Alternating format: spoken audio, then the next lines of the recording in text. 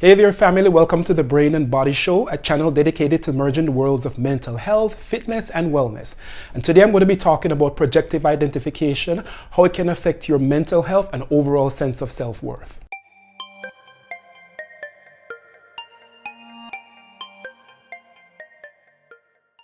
So if you're new to my channel, my name is Peter Gordon and I'm a doctoral student working towards a doctorate in clinical psychology.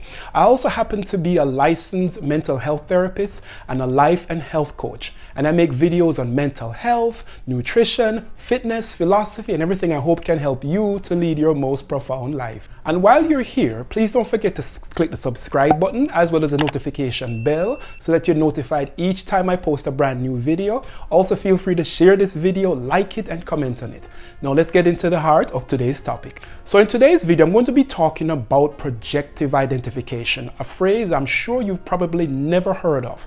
But at some point in your life, I would almost believe that you may have experienced it. But before I go any further, please be mindful that the opinions and conclusions shared in this video are mine.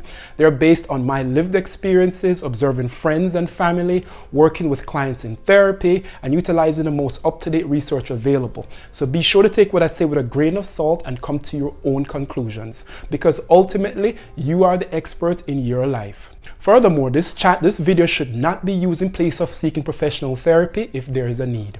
So, projective identification, what is it exactly? Well, let's start by separating those two words in order to understand what they mean together. Let's start with the word projection. Now, in psychoanalysis or psychodynamic theories, projection is referred to as one of several primary ego defenses, which are, in effect, coping mechanisms, and we all use them. Now, projection in particular is a process whereby what is inside of us is misunderstood as coming from outside. And in malignant and unconscious forms, projection can breed dangerous misunderstandings and harm interpersonal relationships. Now, what can projection look like in real life? Well, here's a simple example, and I often see it in my work in couples counseling, and it could range from a number of things, such as a partner accusing the other of infidelity, when in fact they are projecting their own insecurities or at times their own infidelity on their partner. So again, projection is misunderstanding conscious or unconscious emotions or feelings that are actually inside of us as coming from outside. Now let's switch gears and talk about identification, which is mostly defined as another unconscious ego defense mechanism. Now in identification, individuals take experiences from the outside world and place them inside to create a new ego or ego schemes. Now I would argue that we've all done some form of identification throughout our lives. When done, it is typically accompanied by a simple form of imitation and a modeling of oneself after some aspects of another. For example, we identify and imitate our parents. Now, sometimes with identification, individuals will modify motives and behavior patterns and relate self-representations in order to experience being like or being the same as the object of identification. In a sense, identification creates an emotional connection with the other person by making oneself like the other, by unconscious taking over of thoughts, goals, behaviors, mannerisms, reaction attributes, or character traits and emotion. So as a result, the ego changes in the direction of becoming like somebody else, a group, or a cause. Now, identification serves to maintain an effective relationship and maintain self-esteem. You might see this when one person in a relationship says they lost a sense of who they were to fit into another partner's world. So now that you have an understanding, hopefully, of what projection and identification means separately, let's talk about when they merge and become projective identification. Now, in psychoanalysis, projective identification is defined as a defense mechanism in which the individual projects qualities that are unacceptable to themselves onto somebody else. Usually that someone is close. Now, that person that they're projecting these undesirable qualities onto should be able to reject it, right? Well, not exactly.